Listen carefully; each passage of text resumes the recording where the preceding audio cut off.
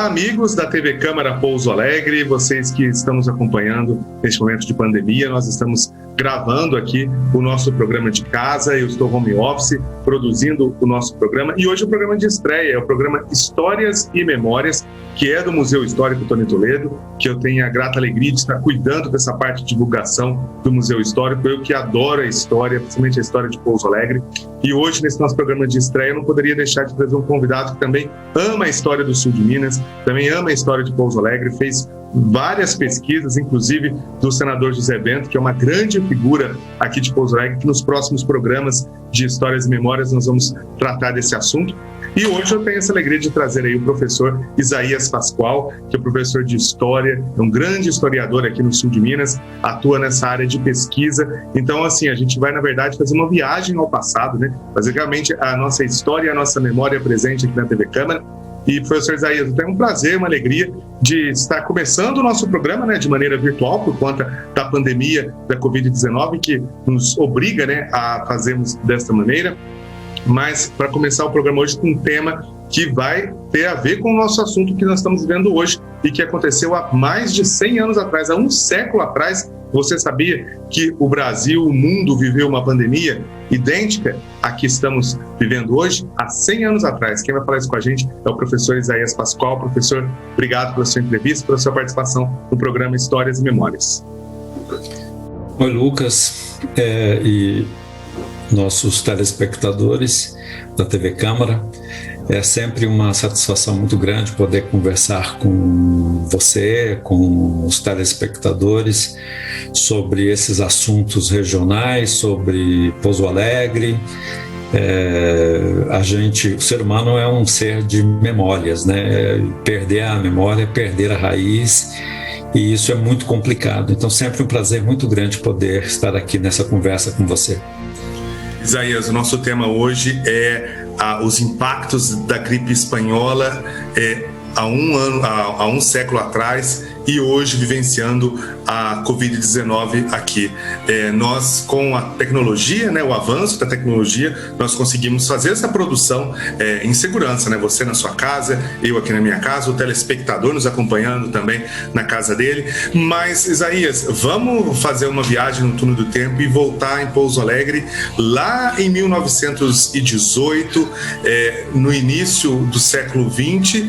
Fomos aí bombardeados com uma pandemia que naquela época a dificuldade de comunicação era maior, né? Conta um pouco pra gente como que foi surgir esse desastre natural, essa crise sanitária no mundo inteiro há 100 anos atrás. Então, Lucas, essa coisa de problemas sanitários, de pestes, de epidemias e pandemias é uma coisa muito recorrente ao longo da história. Quando a gente volta na história, é muito comum a gente encontrar situações em que uma determinada sociedade padeceu a epidemia da época e tudo mais. E na medida em que o mundo foi se tornando cada vez mais globalizado, essas situações de pestes e de epidemias se tornaram pandemias, né? E a mais próxima de nós estamos vivendo agora uma pandemia terrível, mas a mais próxima de nós foi a gripe espanhola, que surgiu no final da Primeira Guerra Mundial, por volta de 1918, e se alastrou pelo mundo e chegou a matar em torno de 30, 50 milhões de pessoas no mundo. E aqui no Brasil, durante o tempo em que ela chegou aqui no Brasil, no segundo semestre de 1918, e nos primeiros meses de 1919 ela começou a diminuir, e os casos aqui de cidades do sul de Minas, já a partir de fevereiro e março, ou eles cessaram ou ficaram muito poucos casos. Quer dizer, então a gripe chegou no Brasil. Aqui no Brasil matou de 30 a 50 mil pessoas e chegou aqui no sul de Minas também. Mas o auge da pandemia foi entre os meses de outubro de 1918 até o mês de janeiro, fevereiro estendendo um pouquinho até março de 1918. Foi uma situação espantosa.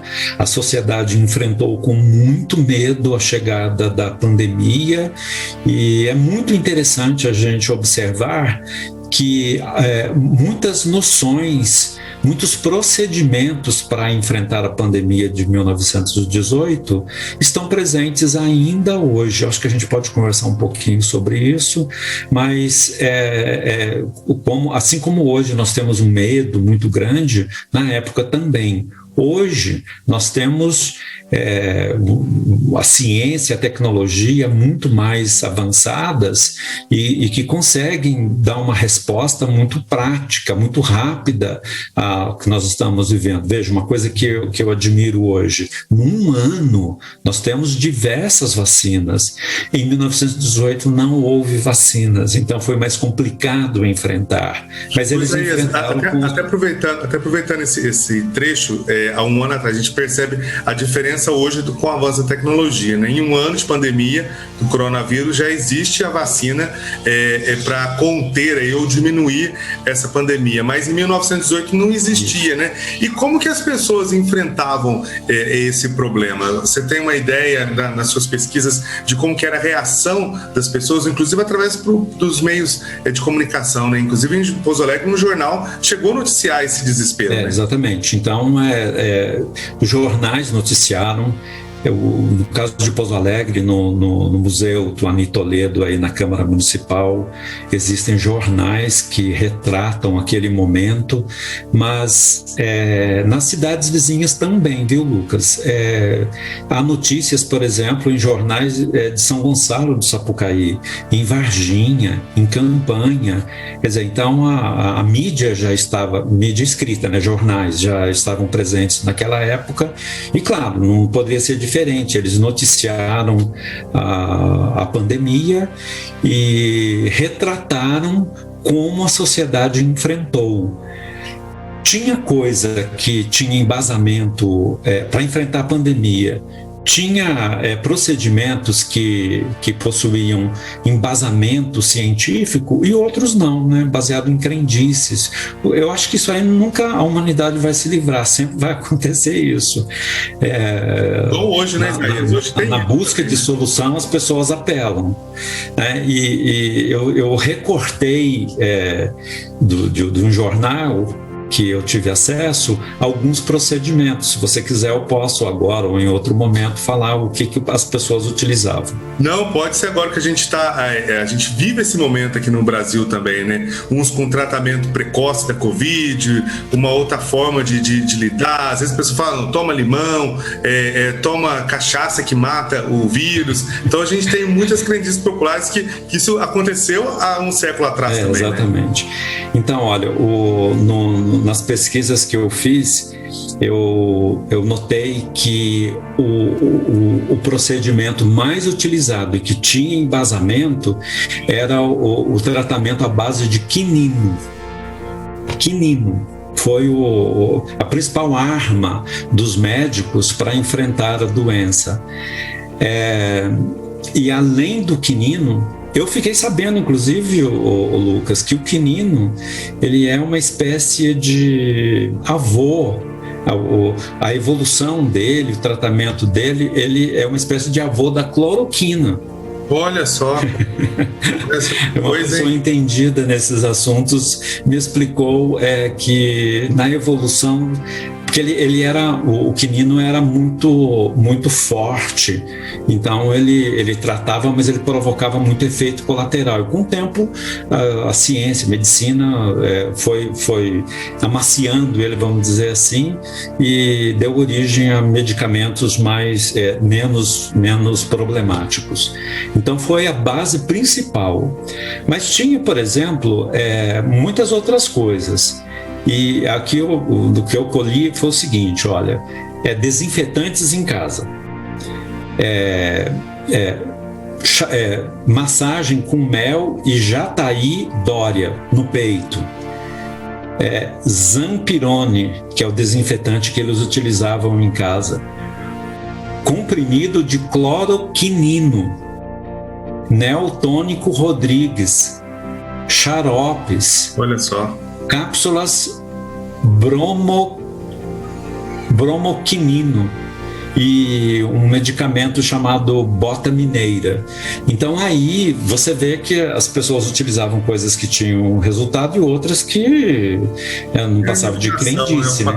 Mas uma coisa que eu acho assim, Lucas, que é muito visível, tanto aí em Pouso Alegre, nesse jornal, como em outros que eu percebi, é a ideia de que o vírus é transmitido por contato, tosse e coisa e tal, e o tratamento para isso era, sempre está presente isso, abrir as janelas, portas, arejar o local de moradia, higiene pessoal, era uma coisa muito falada, sabe, lavar as mãos, tomar banho. Naquela época era mais difícil, né, Isaías? Porque não havia ainda água encanada, em muitas casas as pessoas tiravam água. Exatamente.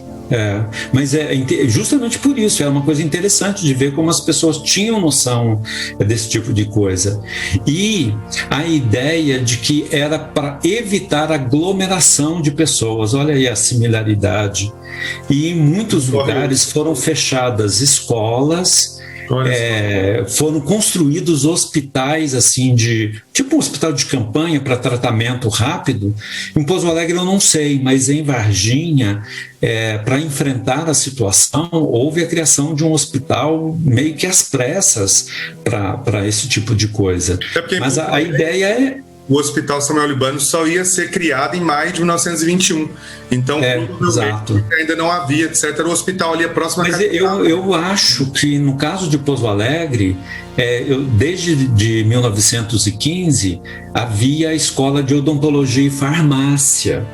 Então, é possível que isso tenha dado à sociedade pouso-alegrense uma condição melhor para enfrentar esta situação.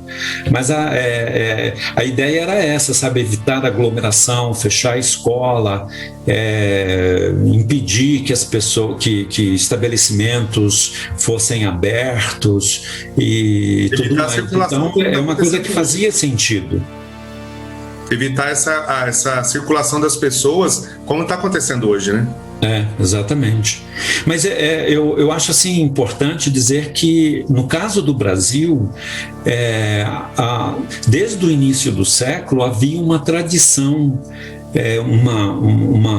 o Brasil não era leigo, né, no tratamento dessas situações de peste e epidemia. Eu quero lembrar a vocês que no início do século teve uma pessoa de renome, Oswaldo Cruz, que é vamos dizer assim, o pai dos sanitaristas brasileiros. Ele já tinha uma série de procedimentos científicos para combater as várias epidemias que tomavam conta do Brasil. Ele foi secretário de saúde lá no Rio de Janeiro no início do século e ele decretou a vacinação obrigatória. Quer dizer, então o Brasil não era leigo. Havia um mínimo que possibilitava esses tratamentos que a gente acabou de dizer e que para a época era o que tinha. Não tinha vacina, mas era o que tinha. Nesse jornal aí, houve um envolvimento na época, não havia prefeitura, né? O presidente da Câmara que administrava a cidade, né? E ele teve essa união com a igreja, como hoje aconteceu a união com a igreja católica também, com o Dom Magela, aconteceu naquela época com o Dom Otávio, 100 anos atrás, né? Exatamente, eu acho que isso é uma coisa muito interessante da gente notar. Como você disse, essa coisa de ter prefeito no Brasil, ela é a partir de 1930. Então, durante o Império e durante o período republicano, havia a Câmara de Vereadores e o presidente da Câmara fazia as funções do Executivo Municipal. Na época, então, Pouso Alegre não tinha prefeito, mas a Câmara de Vereadores e o presidente da Câmara, nesse período, tiveram uma ação muito forte para tentar fazer alguma coisa para controlar a pandemia e numa aliança muito bem estabelecida com a igreja. Eu acho até que nesse momento o papel da igreja, em todos os lugares eu creio, mas sobretudo em Pouso Alegre, foi muito importante, porque Pouso Alegre já era sede de diocese, né? E o bispo da época era o Dom Otávio Chagas de Miranda, e os jornais relatam o grande envolvimento dele com ações junto com a Câmara para educar as pessoas e fazer o que era necessário para enfrentar aquela situação grave daquela época.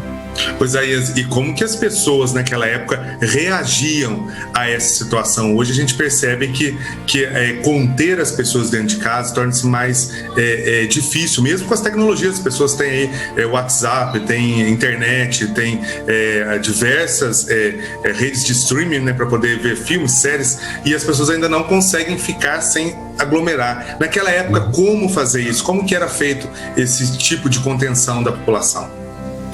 Eu acho, Lucas, que isso é um material muito bom ainda para a gente pesquisar, sabe? As histórias das cidades aqui do sul de Minas podem reservar muitas surpresas para nós sobre isso. Então, esse é um campo ainda que pode ser bastante pesquisado. O acesso que eu tive a jornais, sobretudo em relação à Varginha, demonstram que a população reagiu bem, aceitou bem as orientações vindas da Câmara, das entidades religiosas. Veja bem, em muitos lugares, como eu disse, foram criados até hospitais. O exemplo de Varginha eu retirei de informações de jornais. Quer dizer, então, a impressão que passa, repito, isso precisa de mais pesquisas, mas a impressão que passa é que a população reagiu bem, aceitou melhor as orientações vindas. Mas eu acho que isso pelo medo.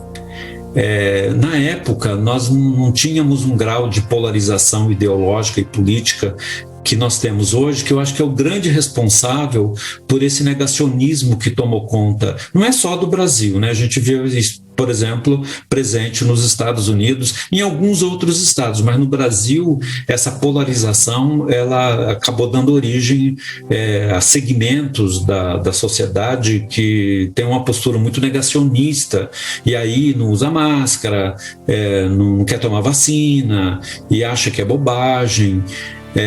Então, na época, não havia essa polarização na sociedade brasileira. E quando isso está presente, quer dizer, uma maior pacificação social, eu creio que a população ela se predispõe mais a aceitar o que vem das autoridades. Pois é, e nesse caso, a gente tem um exemplo aqui de Pouso Alegre, né, do número de mortes, né, que chegou a ser registrado aqui. E você tem uma curiosidade nesse número de mortes, né, a doença, a pandemia da gripe espanhola, né, que tomou conta no mundo, aqui na nossa região, ela afetou de forma contrária. Aqui essa atual da Covid-19 que nós estamos vivendo, a Covid-19, ela começou afetando os idosos, agora, nessa segunda onda em 2021, ela está pegando mais os jovens. Mas a gripe espanhola em 1918 foi ao contrário, né? Começou pelas crianças. Então, essa é uma coisa interessante. A gente estava conversando antes do início do programa.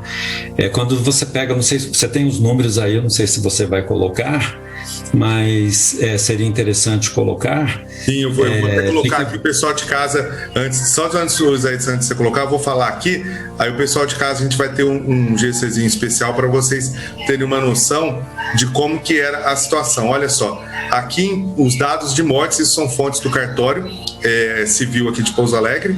Em 1917 morreram 220 pessoas no município sem pandemia. 1918, já com a pandemia da gripe espanhola, foram 445 mortes. Em 1919, 290. Em 1920, 278. Morreu 353 pessoas, morreram 353 pessoas a mais durante a gripe em relação a 1917. Quer dizer, percebe-se que chegou firme a gripe aqui, né, Isaías? Então, a gente tem que notar, assim, olha, um dado muito interessante é a população de Pouso Alegre na época, né? Quer dizer, muito menor. Eram 24 mil, somando os distritos de Estiva, Borda da Mata, dava um total de 24. O município eram 11 mil pessoas. Olha aí, quer dizer, um número bastante significativo, né? E dá pra gente ver assim, se você pega o ano de 1917, o dado que você tem aí é de 260 mortos, né? Isso, 220, né? E depois, no ano seguinte, que foi o auge da pandemia, 1918, nós tivemos um aumento de quase 100%. Depois caiu, né? Depois caiu para 290 começou a cair, e 278 em 20. Voltou à normalidade. Mas aí, uma coisa muito interessante da gente notar é que, enquanto hoje a pandemia atinge, sobretudo, as pessoas mais idosas, se bem que essas variações que tem tido, ela tem atingido um público mais novo, mas você não vê ainda criança sendo atingido em grande número, né? O contrário aconteceu, segundo os números que nós dispomos, na gripe espanhola. Ela atingiu preferencialmente as pessoas mais jovens, sobretudo crianças. Aí, Lucas, se você me permite, o dado que eu coloco aqui, infelizmente eu não tenho dado de Pouso Alegre, mas eu creio que o padrão é similar.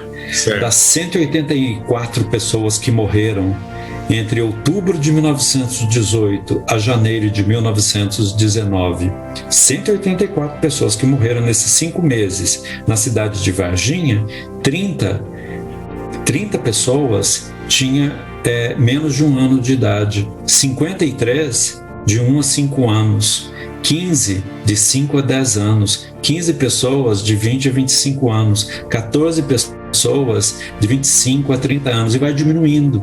Na faixa de 70 anos tinha uma pessoa. Quer dizer, então é uma situação que pegou o pessoal mais novo, sobretudo as crianças. Quer dizer, e para aquela época, com certeza foi um susto, né? A gente percebe que por isso que tem, eu acho, essa tradição dos pais ficarem com medo quando as crianças ficam com resfriados, com gripes, quando são novas, né, Isaías? Deve ser algo que foi plantado através da gripe espanhola, né? Eu acho que a gripe, Lucas, ela agravou esta situação, porque, na verdade, essa quantidade enorme de crianças mortas é uma coisa da história mundial.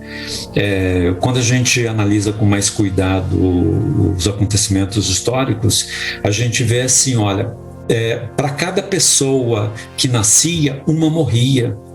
As mulheres morriam no parto, a mortalidade infantil era muito alta, e isso até nas famílias ricas. Um exemplo que eu costumo dar é da família imperial brasileira, Dom Pedro. Dos filhos que Dom Pedro teve, ele teve 5 filhos vivos, 3 morreram.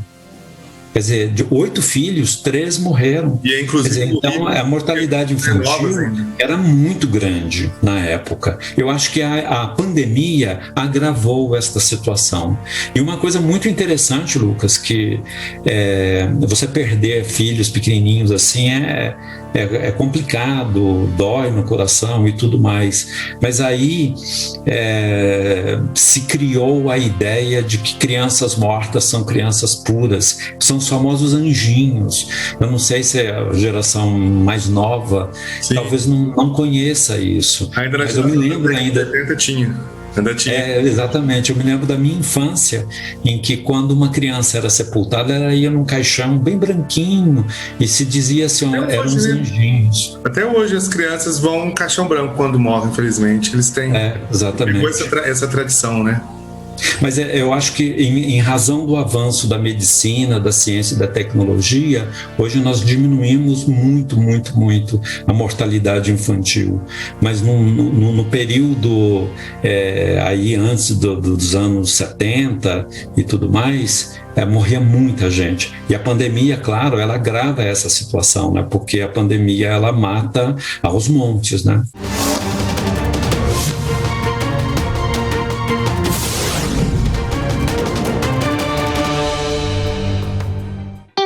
Na dúvida, não compartilhe. Atualmente, qualquer informação falsa ganha muito mais amplitude. Redes sociais e aplicativos de mensagens instantâneas ajudam a dar uma velocidade muito maior ao compartilhamento de mentiras e boatos. Ainda tem mais um detalhe. Normalmente, quem quer espalhar desinformação costuma saber exatamente o que dizer para ganhar credibilidade. Então, essa pessoa vai apelar para os seus gostos, suas crenças, tudo com o objetivo de fazer você acreditar em acontecimentos ou afirmações falsas. Por isso, exercite sua dúvida. Recebeu uma notícia que parece boa demais para ser verdade? Desconfie e confirme antes de compartilhar. Não passe a desinformação para frente.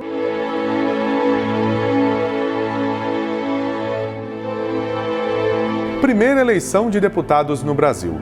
Desde a primeira eleição ocorrida no país em 1532 até 1820, o voto era apenas em âmbito municipal, com eleições para o Conselho Municipal. Somente em 1821 que as pessoas votaram pela primeira vez para eleger os representantes junto à Corte Portuguesa. Foram eleitos cerca de 70 deputados.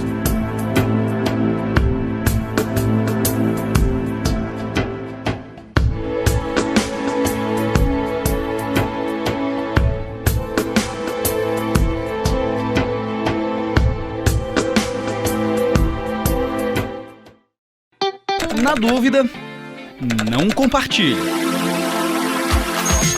Urgente! O Brasil não tem mais notícias falsas.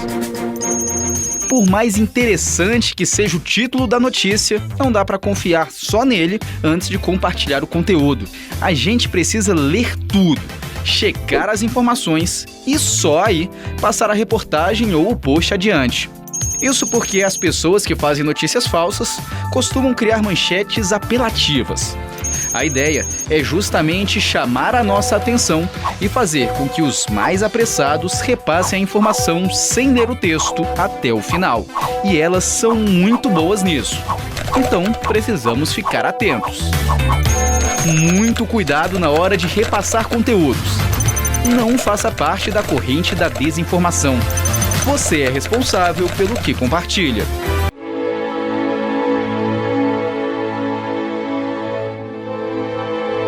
Primeiro presidente eleito pelo povo. A primeira vez que os brasileiros foram às urnas para escolher seu presidente foi em 1894. Para se ter uma ideia, foram 205 presidenciáveis, sendo que 116 receberam apenas um voto. Na época, não era necessário filiar-se a partidos e nem oficializar candidatura. O eleitor tinha liberdade de escrever qualquer nome na cédula, inclusive o próprio nome ou de um cidadão que não fosse candidato. Saiu vencedor o presidente Prudente de Moraes.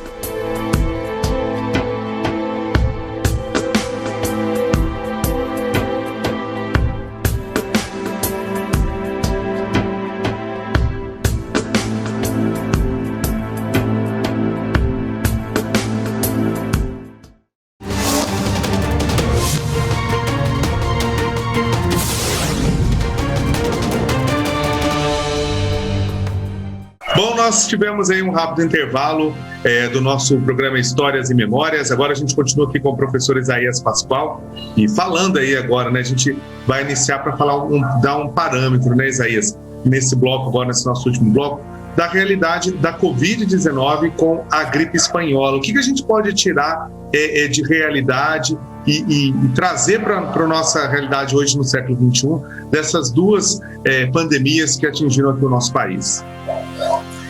Então, eu acho que a questão das epidemias, das pandemias, são recorrentes na história. Nós não vamos ficar livres disto. Quando a gente olha para a história, a gente percebe claramente esse tipo de coisa.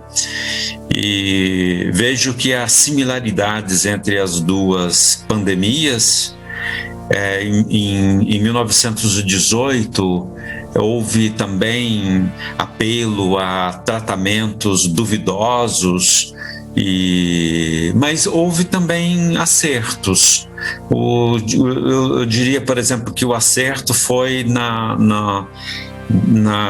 no engajamento das autoridades. No caso de Pouso Alegre, é muito claro, por exemplo, o engajamento da Câmara Municipal e do Bispo de Pouso Alegre, Dom Otávio Chagas de Miranda.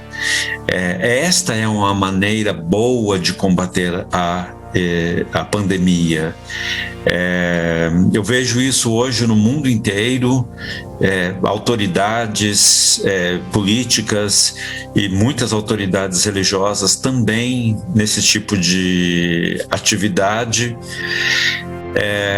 Vejo, por exemplo, que em 1918 já havia a ideia de que era preciso se isolar, era preciso evitar aglomerações, escolas foram fechadas, estabelecimentos comerciais. As pessoas tinham uma compreensão que isto era importante. E hoje, em razão da pandemia do coronavírus ser muito agressiva, né, nós estamos vendo aí já um ano que nós estamos nessa situação, e no Brasil nós todos esperávamos que a coisa fosse andar, e nós estamos enfrentando o momento mais dramático da pandemia. Então, a agressividade dessa pandemia exige das autoridades governamentais e, sobretudo, do presidente da República, disposição para enfrentar isso. E, claro, o engajamento da população. Parece que em 1918 a população, pelo menos em parte, se engajou para receber as informações devidas e na medida do possível, porque nós estamos falando de 100 anos atrás, né? Então as informações eram mais precárias, mas pelas notícias que a gente tem, a população foi mais receptiva. Hoje, claro, a gente percebe isso também no Brasil, né? No mundo. A gente percebe por parte da maior parte da população esse engajamento. Embora com muita tristeza a gente tenha que registrar setores da população que não colaboram e fazem tudo errado. Mas eu destaco, Lucas, uma coisa assim muito importante de hoje em relação a 1918, é o grande avanço da ciência, da tecnologia, da medicina, da epidemiologia. Me surpreende que num prazo de um ano a gente tenha conseguido construir vacinas dos mais variados tipos, e isso demonstra que para enfrentar essas situações que virão, outras virão, a colaboração mundial, o investimento em pesquisas, na ciência e na tecnologia são coisas fundamentais para a gente conseguir suavizar os problemas que a história mostra que inevitavelmente nós vamos ter que enfrentar. Então a gente nunca vai conseguir se livrar desses pesadelos do passado, mas a gente tem que aprender com eles. E 1918 revela que há caminhos certos para a gente trilhar. Esses caminhos são esses que a gente debateu durante o programa. Então, tomara que a gente chegue a bom termo. A gente está vendo, então, Isaías, que nesse ano, né, nessa pandemia, a máscara continua sendo uma aliada. Agora, que consideração, Isaías, para a gente estar encerrando nossa entrevista, você deixa e o que a gente pode aprender com o passado e aplicar hoje no presente? Olha, nós não temos saída, nós temos que acreditar no progresso da ciência e da tecnologia. Esses são instrumentos fundamentais que os homens têm nas mãos. Com isso, nós não vamos resolver todos os problemas da humanidade, mas nós vamos resolver vários deles e vamos conseguir amenizar outros problemas. Então, uma atitude anticientífica de parte da população, de algumas lideranças, não combina com o nosso tempo, não combina com a história. E, sobretudo, eu acho assim que o engajamento das autoridades, sobretudo hoje das autoridades políticas, eu diria até mais, Lucas, no sentido de um trabalho conjunto em nível internacional. Pandemia se enfrenta com um trabalho internacional. Não adianta nada você ter uma Angela Merkel, você ter outras lideranças se engajando em outros lugares, não. Então tem que ser um trabalho de cooperação internacional, tem que ter uma liderança de organizações como a Organização Mundial de Saúde para prever, para articular esforços, para enfrentar esses problemas. Quer dizer, é muito importante isto. E, claro, o apelo que todos nós devemos fazer, a consciência da população. Se nós tivermos que fechar, não é para sempre. E em alguns momentos, talvez nós tenhamos que parar tudo, mas é por pouco tempo. Então, a gente tem que ter essa consciência mais social de que em alguns momentos a gente tem que dar um pé atrás para a gente poder sair bem e tocar a vida ali na frente. Sem isso, fica muito difícil. Aí as palavras do historiador Isaías Pascoal, hoje participando do nosso programa Histórias e Memórias, primeiro programa da série aqui da TV Câmara. Isaías, quero agradecer mais uma vez a sua presença, a sua participação, sempre trazendo histórias importantes, a pesquisa importante do nosso passado, e eu fico muito grato de você ter aceito o convite. Com certeza virão novos convites para a gente estar conversando aí outros assuntos de interesse da nossa população. É sempre um prazer muito grande da minha parte, Lucas. Muito obrigado. Obrigado, Isaías. Obrigado a você que nos acompanhou com o programa Histórias e Memórias. Nós voltamos na próxima edição. Obrigado, fique com a gente. Até a próxima.